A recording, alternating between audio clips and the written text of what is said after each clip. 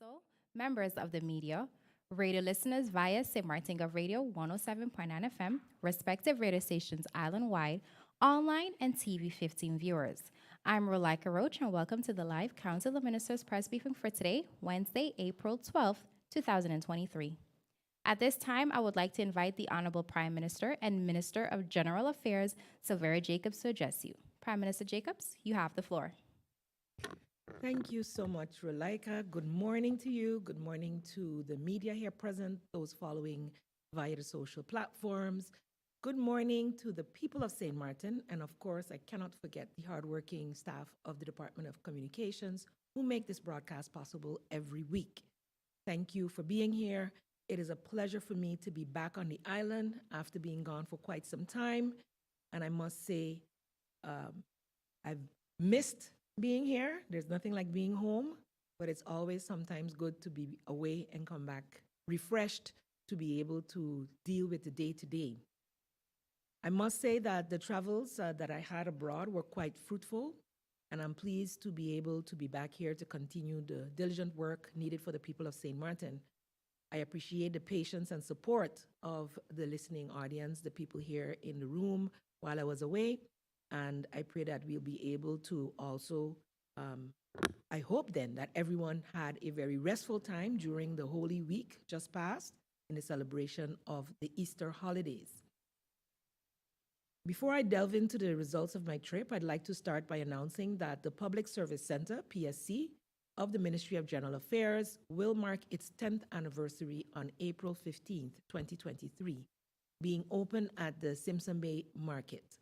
The anniversary will be commemorated with a week of activities, including customer appreciation treats and raffles, to mention a few.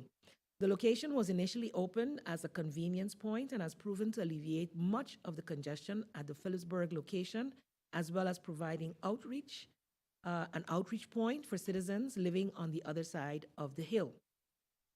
I'd also like to take the time to congratulate the firefighters on the celebration of their Firefighters Week. Though I was away, I will be able to make it up to you soon. As a Ministry of General Affairs, we will continue to do our utmost to ensure that your needs are also met as you serve our country. And we trust that you will understand that as we go through the process to upgrade your function book and ensure that you have all you need, that you will continue to execute the work that you continue to do at the highest level. So back to the travels. With that being said, I'd like to update on the progress made, though I know some statements went out. Many people tune into this platform for their information, so I cannot miss the opportunity to mention that the first leg of my trip was to Washington, accompanied by the Ministers of Finance and VROMI, the NRPB director, as well as our steering committee chairman for St. Martin, as well as other support staff.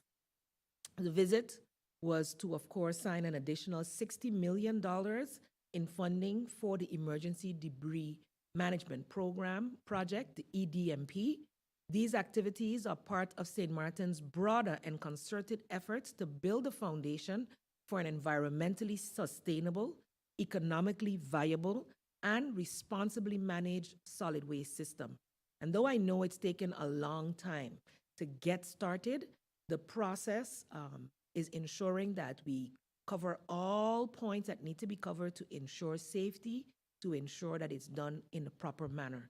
So I look forward to the actions that have been taken, and I'm grateful to the actions that have been taken by the Ministry of VROMI so that we were able to secure the additional funding.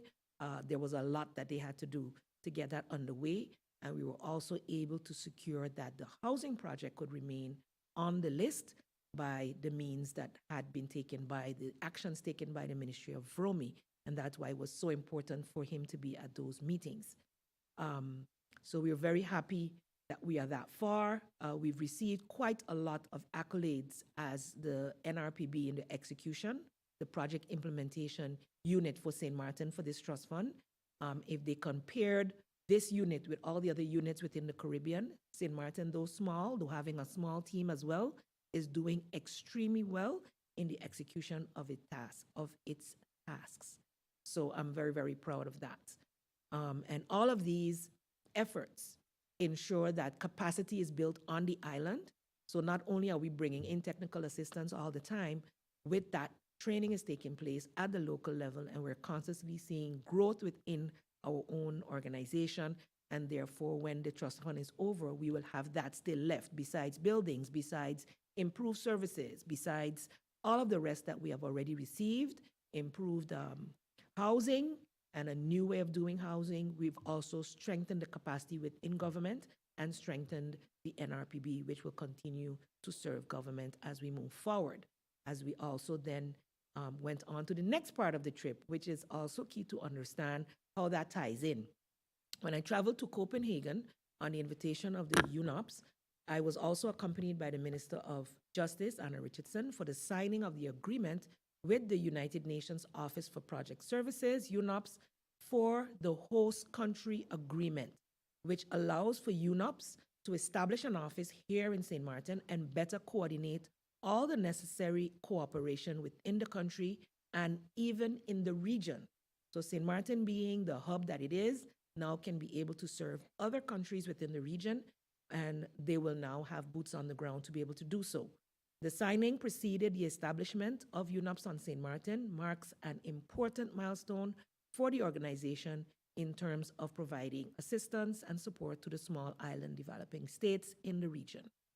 In line with the social development objectives of the Samoa Pathway, this is something we've subscribed to, and as I mentioned before, with all these United Nations and other international agencies now being registered on St. Martin, we have a level of continuity for St. Martin's capacity to continue grow. So the training that will be available and more persons that will be able to tag along and get jobs and also learn and grow. And once the projects are over on St. Martin, they would be then able to get jobs or be sent out to other countries as well.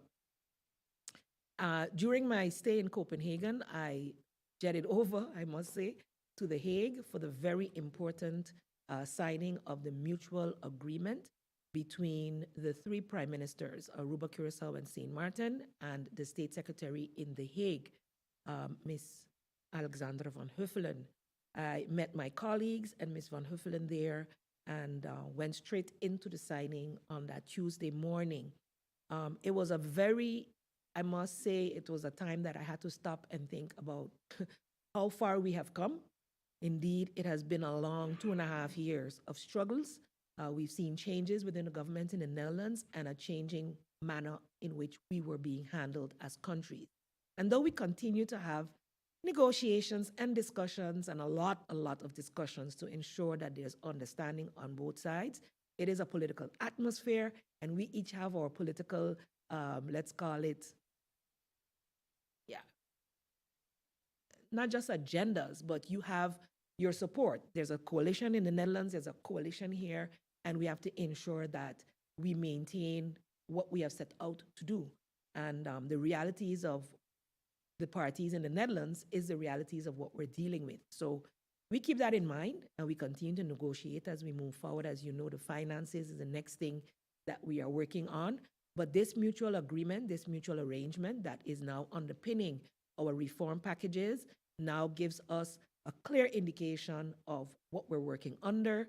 We no longer have to go to the Kingdom Council of Ministers. These are now agreements made between St. Martin and the Netherlands on a mutual agreement. So we must both agree for us to move forward on what the agenda will be and on what the reporting will be. And that is with collaboration from our working organizations on both sides.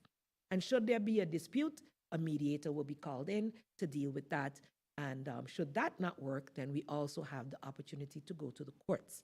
So it is not as if there is no checks and balances. Of course, there will be checks and balances. And the great part about it is that up until now, many may know, some may not, anywhere we have fallen short, whether it is with human resources, people, or with finances, we have received subsidy from the Netherlands, and that will also continue.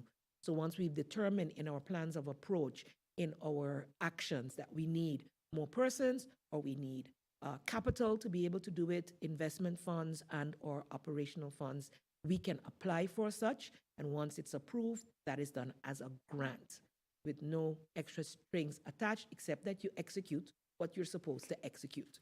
So we're very happy that the Dutch government sees it this way now, and it'll go a long way in the bigger discussions that we have to have in terms of our finances. In other news from the Ministry of General Affairs, as part of the Fostering Resilient Crisis Management Project, which is being implemented by VNGI, financed through the Resembid program from EU funds, training will take place later this week on crisis information management. The training consists, among other aspects, of an introduction to crisis information management, work processes in information management, and the sharing of information. With the assistance of VNGI, a core group for crisis information management is being established. This pilot project aims at gathering, aggregating, and displaying relevant data and information based on evidence-based decision-making in a disaster. One of the project's main pillars is a training of trainers crisis management program, also underway.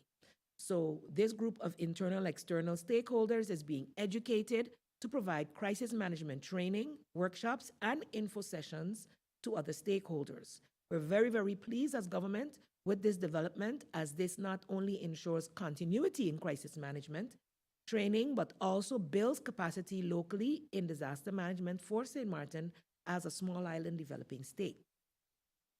I'd also like to look forward to both groups successfully finalizing these trainings as we continue to build resilience and strengthen capacity on the island. During my travels, we've had various discussions. I've done quite a few of foreign relations travels to the US, to Europe, etc. And I would like to bring attention to the general public of an opportunity for employment. This exists at our embassies, our consulates, and missions within the Kingdom of the Netherlands. So St. Martin is part of the kingdom, and wherever we have embassies or consulates or missions, it's an opportunity for St. Martiners to apply for employment there. There are several ways to gain such employment, and the most direct way is to apply to a specific vacancy posted by one of the embassies, consulates, or missions. So the idea would be to go to their websites to see if they have vacancies available. These can range from the domains of economic, political, or social media and communications. And in this manner, an applicant will be considered a local hire, so within the kingdom. This could be an interesting possibility for those interested in a career in the international dimension. And as minister responsible for foreign relations on St. Martin, I encourage any who are interested to look at these websites to see what is available for you. Note, though, that government has no role in this hiring process. I'd also like to take the time to encourage St. Martiners in general in the diaspora to look on our websites, to look when we are through the TWO, the working organization, seeking technical assistance to come in to assist St. Martin. We would like to give preference to our St. Martiners, and so that's also another opportunity for those who may not have seen the possibility before, made based on being overqualified. We've heard that story enough times, but also because we're also in our reform package addressing salaries, addressing the cost of living and all of these areas. So these are areas where we are seeking to improve and make it even more attractive for our local brains to come back home. So do look out for all opportunities and apply as well. Lastly, Carnival is about to start. And so I just wanted to say that though I missed the Junior Calypso competition over the weekend, I am super pleased that it turned out to be quite a high talent event. Lots of local talent, youth talent on display, and I congratulate all the winners, parents, organizers, etc. As we move into the Carnival season, we know we've just come out of Easter season. Historically, it's a time when we're continuously asking people to be careful. And I did learn of an accident yesterday already that took place with the party out in the water. So I'm asking the people of St. Martin, please, if you're going to be drinking, don't drive. If you are with your family, understand that you must always be very careful. We always hear about children getting lost. We hear about children being missing, etc. So we don't want any of that. Remember, family first. Have fun, but have fun safely. And to all, this is a time for us as our biggest festival to ensure that we put our talents on display in the best way possible. Remember, with social media, the world is watching. So there's someone who can pick up on your design, who can pick up on a beat of a song. There's someone who can pick up on the lyrics of a song, the design of a float, the design of whatever you have going on. We have local promoters putting on shows as well. So I wish each and every one a successful carnival, a safe carnival. Have fun, but remember, there's always tomorrow. And during the season, there are still people who have to work. There are children who are going to school. So ensure that we take care of our children, we take care of our family, and we do so in a safe and proper manner, because this is St. Martin after all. With that being said, I'll take a breath. I took all my notes because there were no other ministers present today, and I turn the floor back over to you, Relaika. Thank you, Prime Minister Jacobs, for your opening remarks. If you have just joined us, you are watching the live Council of Ministers press briefing for today, Wednesday, April 12th, 2023. Thank you for joining us. We now move on to the question and answer session, and I would like to invite Bibi Hot Shaw of SMN News. You have the floor. Good morning, Relaika. Thank you. And good morning, Minister, colleagues. Good morning. Prime Minister, I'm going to start from the very last topic that you spoke about. Be safe during Carnival. The police have been on go slow for the past 10 or 12 days. How can the country guarantee safety for its people and its visitors when police are on go slow? Is there a backup plan? Is there a plan B? And has government taken into consideration the solutions that has been provided by Member of Parliament Rolando Bryson to at least pay these workers, because the process is taking absolutely too long? Thank you for the question. I must say, ironically, since I've been back, I have been amazed at how often I hear police sirens daily. So I know that the police, despite whatever is being said, are doing their due diligence to ensure the safety of our country, and I thank them for that. All who are doing the extra, we always rely for backup on our VECA S as much as we can. I have not heard any reports that any lack of coverage is taking place on the island at this point. What I can say, in collaboration with discussion with the minister, is that together with her team, they're working diligently to resolve the situation. There is a solution in the offing or being worked on, and I will leave it to the minister to make any and all announcements regarding that, because it would require the cooperation of several entities for any early solution to come to fruition. So I know the minister is working diligently. Yes, it is taking longer than anticipated to finalize the calculations, but I do know, and I saw the report in today's paper in terms of the hard, long hours that are being worked. At the end of the day, it is also justice workers that are doing the work to bring it up to par. So we would like to thank them for the extra time that they're putting in as well to assist their colleagues and themselves in the long run.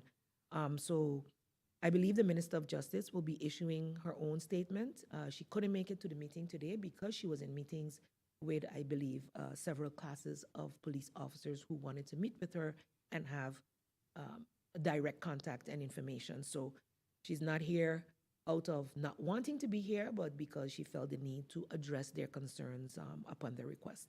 So I would like to leave any further explanation as to the solutions moving forward to the minister, but I do know that this has her utmost attention, as she has been a minister that from the onset has been working on this process.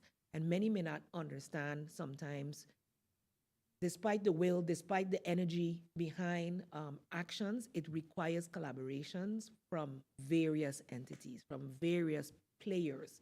And so I'm asking for all justice workers who have waited for the past 12, going on 13 years, to allow the minister to finalize the process as soon as possible so that they can get what is due to them. But it is budgeted for. They will indeed get that as soon as it can be finalized. Thank you, Prime Minister Jacobs, and thank you, Bibi. Judy Fitzpatrick of the Daily Herald, you have the floor. Thank you so much, Relaika. Very good morning to you, Prime Minister, colleagues, and everyone who is following the briefing.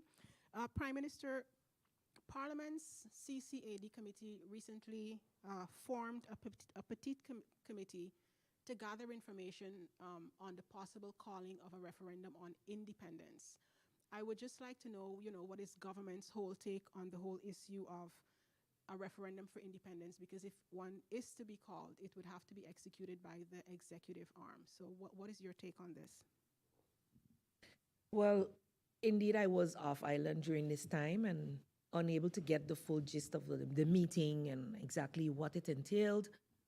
Parliament has their role to play, and I'm sure once they finalize their due diligence, they will pass that information on to us. As government, we have not had this as a topic of discussion, so I cannot speak for government on the whole. A referendum is an opportunity for the public to be educated and make a choice. So, of course, if it is the will of Parliament for this to take place and that is decided upon, we do have a majority as a coalition government in Parliament.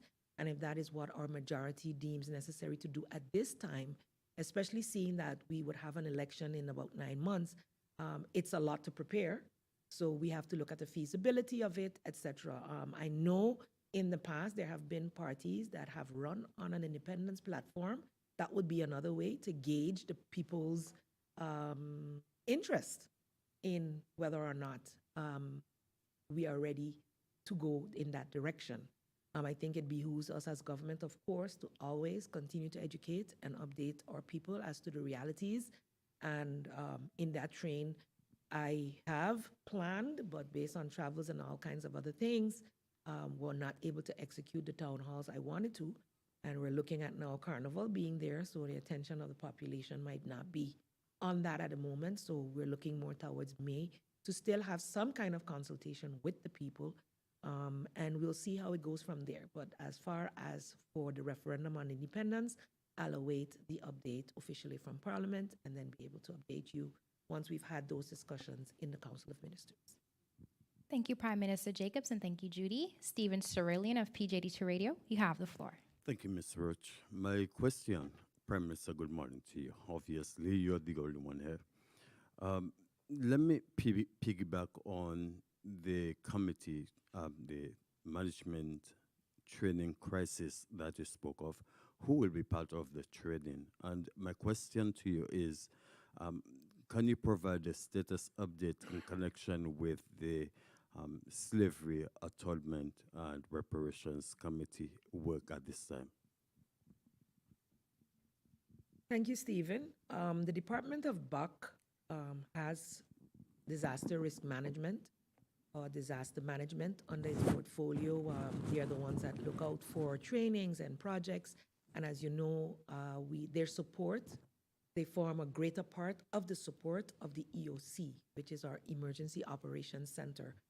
The last session I went to, it was mainly ESF coordinators and their teams. So each ESF, 1 to 10, has a team that works with them. And these are the persons that are being trained at this time. And in terms of the update on the AXAR committee, they meet diligently here in the location of the government building. They are finalizing. They were supposed to, within 3 to 6 months of establishing, provide us with a white paper. We don't have that as yet, but we're looking at all means and ways to be able to ensure that they get the necessary funding to establish the association that is needed for them to proceed. So that's where they are, and when I get an official update, I will definitely update the general public of St. Thank you, Prime Minister Jacobs. Thank you, Stephen. Andrew Dick of TV15, you have the floor. Thank you, Ms. Roach, and good morning to the Prime Minister, and good morning to St. Martin. My question has to do with, just as a follow-up to Judy's question also.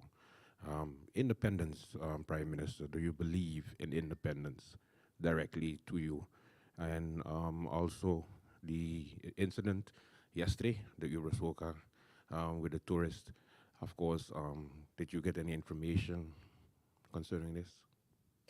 No, I'll start with your last question. In terms of the incident yesterday, I heard of the incident. I wasn't aware if it was, whether it was a local, whether it was a tourist or someone with the Uber Soca cruise that was on the island yesterday until later in the evening, or I should say when I saw the paper this morning. So I didn't receive that update directly, except the way the regular persons on the ground found out. And I'm sure as we move forward, we'll hear more about it based on what I saw, because videos were circulating as well. Apparently, the person jumped into the water while the engine of the boat was on. So that was definitely an avoidable incident. And so that's why I continue to preach safety above all else. And definitely while you're under the influence, to be extra careful and never be alone. Have someone have your back, because these kind of things can happen. And especially around water, we need to be extra careful. As it relates to independence, that's a very nice segue from Judy's question. She asked governments, now you're asking my opinion. That's a good one. I believe that independence within the context that we are now, I mean, I think that was our initial move in getting the autonomy within the kingdom. There are certain perks, let's say, to being within the kingdom.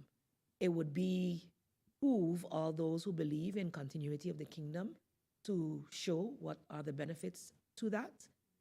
Independistas, I've had a lot of heated discussions with some of them. I can agree with a lot of what is being said in the independence movement, because of course I personally, and in this function, feel a lot of the pains of being in the kingdom as well. And for me, being a mother, I wouldn't want to take my children out of a situation if we're not able to financially take care of ourselves. And that is where I stand. So let's attain financial independence.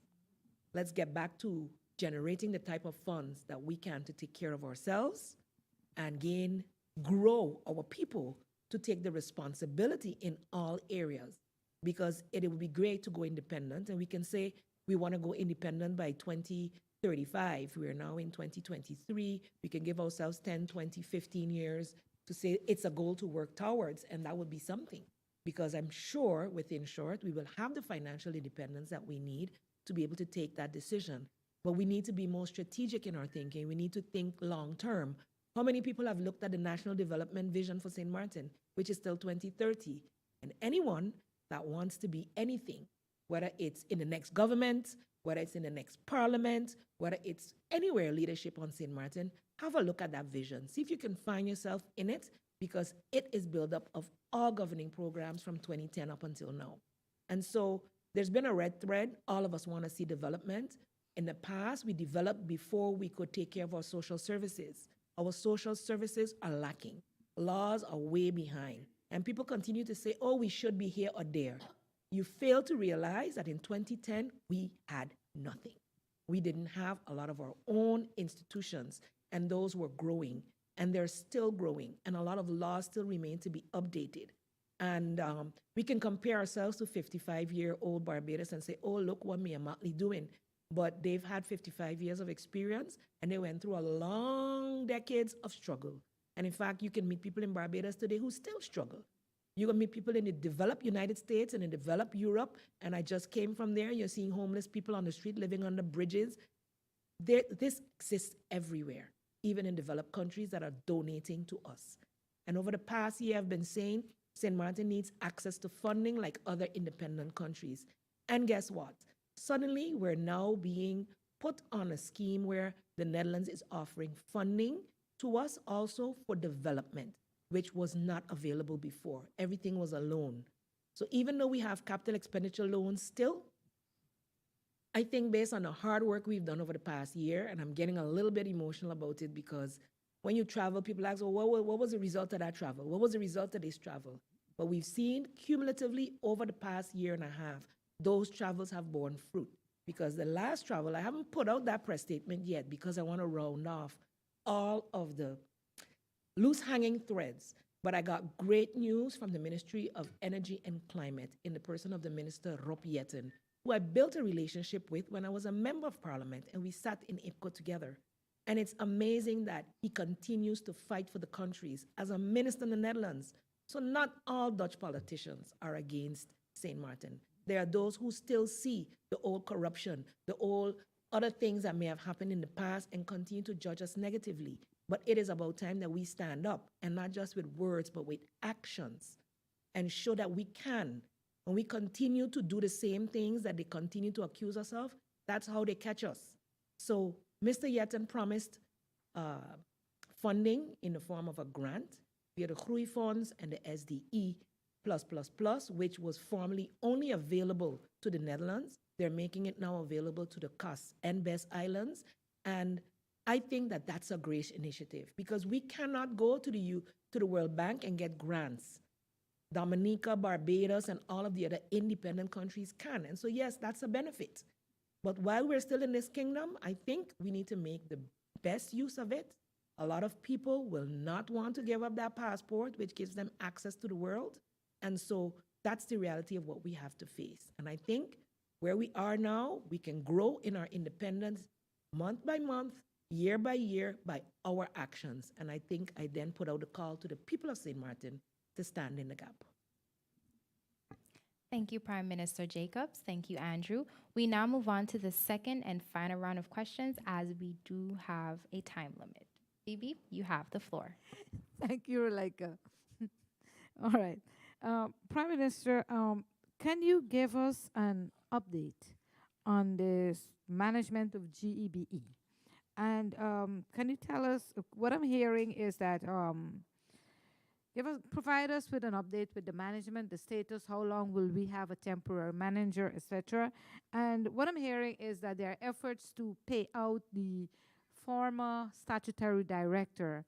Then if that is the case, what would happen with the other employees that have been suspended for almost a year now? I know there's a great interest in what's going on at NVGEB at the management level. At the end of the day, as shareholder, we're doing our due diligence. We've received another report. There's a meeting that needs to be held, and I prefer not to go into any nitty-gritties. St. Martin is a very small island. Everybody knows everybody, and of course, Bibi Shaw knows things before government half of the time. But at the end of the day, just coming here, a GB worker said to me, please make the right decisions. Please make the right decisions. And that's all as shareholder we can do, is make the decisions that's best for the company in this time. There's a lot that needs to be improved at the company. The company needs to grow in confidence towards the population. People, I'm asking you, if you still have your outstanding bills that you haven't paid at all, that doesn't make any sense. You continue to enjoy the perks of having electricity and water. You don't know the total bill, pay down on your bill. There are countries in the world where you get your real bill at the end of the year based on your real consumption. So GB is doing its utmost to correct things that have gone wrong, not just over the past year, that have been going wrong for a long time. That much I can say. This is not something that just started, and moving forward, we need strong leadership. We need people who will deal with the real situations like we have to do right here in government, like any business would have to do, assess your reality and deal with it from the ground up or from the top down, whichever way, but both ways, and to ensure that you have sustainability moving forward. So I'd like for us as shareholder to have the opportunity to have that sit down, to take the necessary decisions once the time comes, and for, of course, the supervisory board and management, temporary management now, to do what needs to be done to bring us out of this crisis. But I am getting better reports about collections and about how things are going in terms of the viability of GEBE. And what we are working on with GB at the moment is to ensure that we can make the transition to sustainable energy as well. So there's more than one thing happening, and we have to look at what is best for the entire country at this time. This cannot be about one person or the other person. This has to be about ensuring that the one electricity company we have can be sustainable moving forward. Thank you, Prime Minister, and thank you, Bibi. Judy, you have the floor. Thank you again. I just have a follow-up to Bibi's question, and then I'll ask mine. Can you just give us an update on the financial situation at the company at the moment? Are they doing better? Are they in a position to, for example, resume the seniors program? So just an update on that. And Prime Minister, you had mentioned during the budget debate you gave some figures regarding the cleanup of the civil registry, and over 3,000 persons had been deregistered. Now, there's been some concerns expressed regarding persons not being informed prior to being deregistered, that, maybe someone was ill in a hospital or, have whatever situation, and they were just deregistered. So my question is, if someone feels that they were unfairly deregistered due to whatever personal circumstances they had, is there an opportunity for them to re-register, and, is there for them to be re-registered, and what can they do? And I would also like to ask Prime Minister on the issue of same-sex marriages. Aruba, for example, instead of same-sex marriages, they have registered partnerships. So gay couples can have the same civil rights and comply with international treaties and court rulings. I would just like to know where St. Martin stands on this issue. And thank you so much. Thank you, Judy. GB question follow-up was, I think I tried to convey that. The latest reports I'm getting, I don't have it in writing, but that they are seeing an improvement in their collections, and that is going better. I'll be able to say that more substantially after our meeting. But that was already in the meeting that we had last, that they were improving, but still not yet where they wanted to be. In terms of the cleanup and registration of civil registry, it's not a random something. So they're really going into the files in persons who haven't. They've tried to contact people. And that's why in the last time I was here, I believe, before going away, I mentioned that it is important that if you've changed address, that you come back to the civil registry to update your address. I think there's something you can also do online. I'm not sure. We have several of our services online as well. So there is a process. If you feel you were erroneously deregistered for whatever reason, then you need to come in with your updated documentation, your proof of address, etc., to be able to register. Of course, you'd have to meet the criteria to do so. The last, was that it on the registration? I know, that was it on registration? Yes. And then the last thing, St. Martin, as part of the kingdom, has, from what I understand, that same registered partnership possibility. I can remember several years ago that was discussed, that there was no need to go the direction of the EU in that regard, because it's possible to register and be registered as partners on St. Martin as well. So that's something that exists here. It existed all the time, apparently. So I will look into it with Civil Registry to see whether it's actually being utilized, but based on us being part of the kingdom and the former Netherlands Antilles, those laws that were taken over, I don't have the exact details to go any further than that, but I can look into it with our Civil Registry department. Okay, I appreciate that. And if it is indeed the case that it is implemented, can you kindly furnish me with the details on what the procedures are? As I said, I Once will you have check with received it. Civil Registry and Thank you. forward any information I have to you. Appreciate it. Thank you. Thank you, Prime Minister Jacobs, and thank you, Judy. Stephen, you have the floor. Thank you, Ms. Roach. My question, Prime Minister, it's a two-part question. Prime Minister, what's the current relationship? How would you categorize your relationship with the Netherlands? And we have heard many a time parliamentarians talk about the possibility of requesting for debt cancellation. How far do you intend to, or can you go in that you can request for debt cancellation? Stephen, I must say, over the past 2.5 years, the relationship between St. Martin and the Netherlands have improved tremendously. The main reason being that you get on a table and you sit and you listen to each other. There's also been more visits to the St. Martin by several politicians on various levels. We recently had Council of State members here. We've had members of Parliament here for IPCO meetings and others as well. And we have gone up to the Netherlands. And of course, I didn't in the past year and a half go as often as I would like to, but there are more. When I have been there, I've shared more information. And I think once people get more information about the islands, they don't stick to the stereotypes that were promoted in previous governments. Previous governments, I know you can go back to the Van Raak and Bosman days, everything that you heard about St. Martin and the other islands was the negativity. So that is the skew, the thought process that went on up there. Even during our signing press conference, a question came to the state secretary, and I'm glad she answered and not me because, you know, I might have made a few more enemies. But the gentleman asked, how is this a win? Because the state secretary said it's a win for the kingdom, it's also a win for the Netherlands. And he asked, how come is this a win if er is geen stok achter de deur, if there's no stick behind the door? And that's the old attitude of many Dutch politicians back in the day, and still with some parties, because that's just their view. You have a left and a right. And so there are persons who feel, buck up, be responsible for yourself, and don't think back as to what is my responsibility in you being where you are today.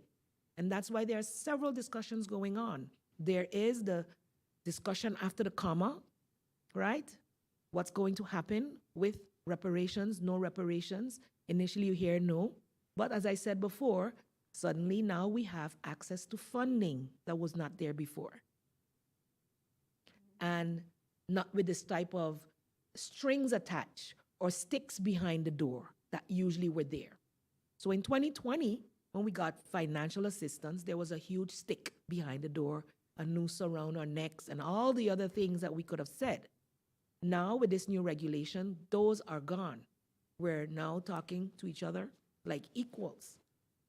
You're providing funding, as our Kingdom Charter says, to stand by each other in times of need.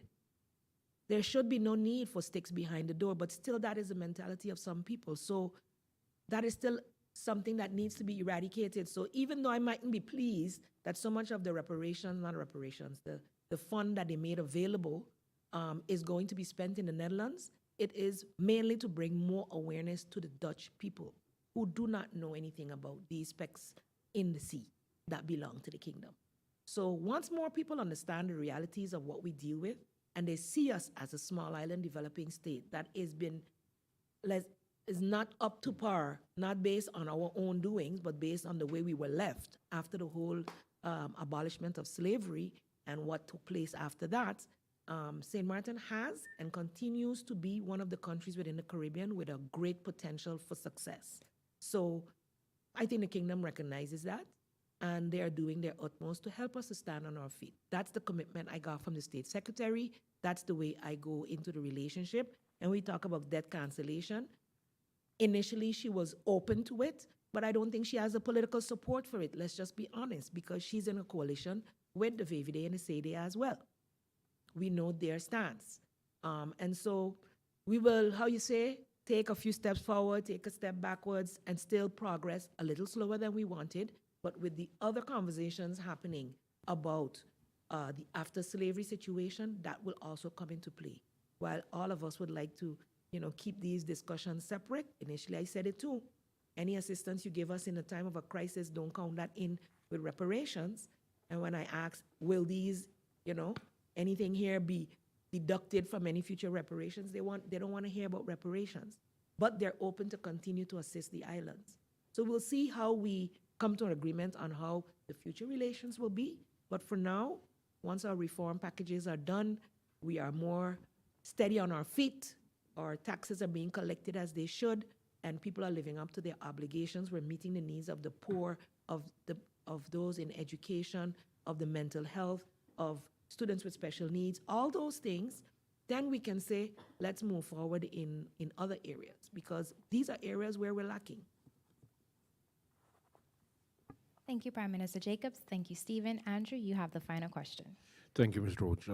Prime Minister, can you give us a synopsis, or at least break it down for the population as far as the country packages is concerned? Because the country packages, the mutual agreements that was signed, because we're hearing different members of parliament giving their take, but also as far as you're the one who signed, as far as the implementation phase is concerned, how will it be implemented?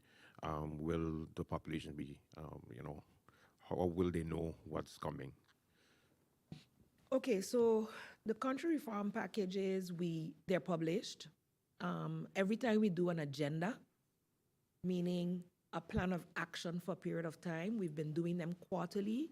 So January, by April, then June, then September. So you have 4 per year. You decide from country perspective, St. Martin, what we're going to be able to execute. In certain cases, what falls under general affairs is stuff related to ICT, is stuff related to personnel, and under finance, the majority of it is under financial management, taxes, etc. So a lot of what was originally stated in the package, we were already busy with, some digitalization processes, etc., also with assistance from the trust fund. So we have the DGTP. So we have 2 things running at the same time, trust fund and the reform packages. The reform packages are objectives we want to achieve. What we were able to do in November last year was to underpin everything in our NDV. So our country's vision for where we want to be in 2030. And then we could fit the different actions in there. With the new regulation, we can prioritize differently. It is not Dutch directed. It is St. Martin directed. And in fact, certain things that were not included, we can say, for instance, diversification of our economy was high on our list coming in here as a government in 2020. With the struggle through COVID and everything else, you couldn't focus on that. We wanted to focus on agriculture. We wanted to focus on, the blue and the orange economies that are prevalent now, and they're all areas where you can get funding, again, through climate change funds that are now being made available from the Netherlands. So there are opportunities for us to develop those things, either through those funding mechanisms or in direct subsidy from the Ministry of BZK.